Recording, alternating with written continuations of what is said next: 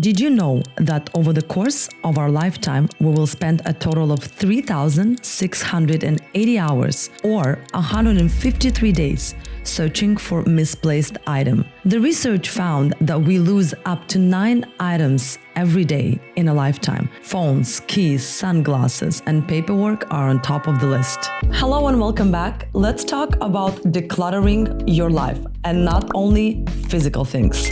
Declutter your time. Basically, you need to give up cable TV and Netflix. You know, I was a really big fan of watching any kind of new series that would come up. I'm not talking about educational or documentaries. I'm talking about something that grabbed your attention and you really want to keep on watching. That's the whole idea behind it. That's why it's being marketed to people to actually sit in front of the TV and watch those series. You don't need it. It's fine. Read a book instead. Say no to cable TV, Netflix, Disney Plus, whatever you own. Audit what's wasting your time and draining you. Even news, simple news that you are watching on day-to-day basis, it doesn't necessarily mean that it's a healthy way of spending your time.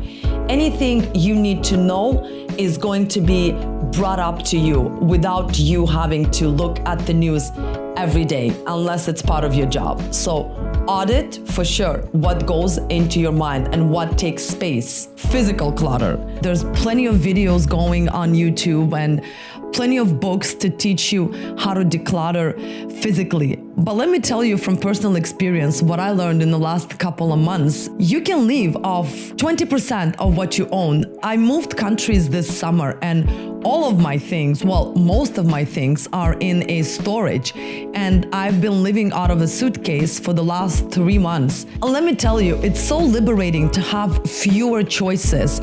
It's actually an extremely empowering feeling to understand that you really do not need to own that many things, that you really can live off less things, off less clothes, off less shoes, off less kitchen supplies and kitchen appliances, of less everything. Definitely in this case, less means more, and it comes from personal experience. Your children don't need to have 200 toys. They need to have 10 good toys. Same thing applies to your closet. Think of it this way. You would rather own 10 quality things than 200 bad quality. So concentrate on quality rather than quantity when it comes to physical things. Another important aspect of decluttering is relationship clutter. And I know it sounds maybe a bit rough to someone, but certain friendships, certain groups of friends that you have need to be put to the side and need to be stored away or just purely decluttered. Again, I've learned it from personal experience that not everyone that you have been friends for 20 years necessarily will stay your friend until the rest of your life. So certain relationships, if they drain you, if they take too much of your time, it's fine to put a stop to it. It's fine to put them to the side and actually concentrate on yourself.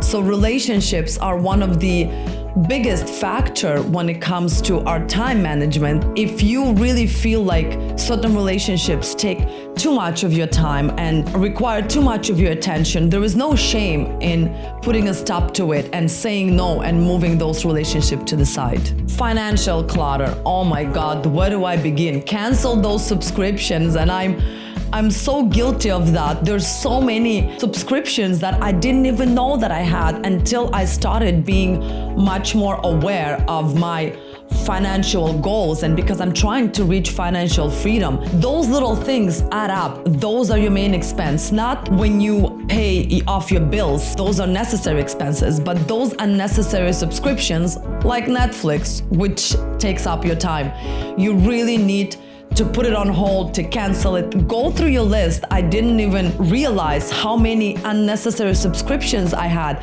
until I literally went over each payment that was done off my Visa bill, and I realized that I had at least 9 to 10 subscriptions that I wasn't using.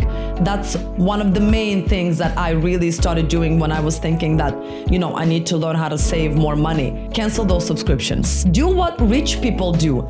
Don't spend money on things. Spend money to buy more time for yourself. Essentially, what you want to do is pay yourself first and the way to pay yourself is to free up your time. So the less you're gonna be spending on unnecessary things like physical things, the more time you're gonna buy for yourself, because the less hours you're gonna need to put in. Another major decluttering you should be doing, it's digital. And we do live in the digital era, and it's so easy to be sucked in and follow all of those influencers and all of those, quick money-making scammers. But generally, it drains you of your time, which you can really be spending much more productively. And it shows you that unrealistic expectations of how to actually make money.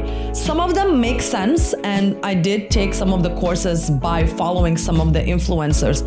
But generally, about 80% of them are just scammers, and I would really recommend to do a digital decluttering. Unfollow certain people. Stop scrolling so much. You don't have to necessarily be on social media. If you want to be up to date, what I do is I just set a timer, and I allow myself 15 minutes a day to just scroll, without any thought behind it. And because I know that there's a certain time frame for it, I'm actually looking forward to that. So digital decluttering is one of the major things you should be doing. Spiritual clutter. Again, this is definitely coming from a spiritual person who does meditation, who really believes in the power of mind. But there's so much information out there that it gets your mind cluttered. You don't necessarily need to meditate with a particular person on YouTube. You can just do it yourself.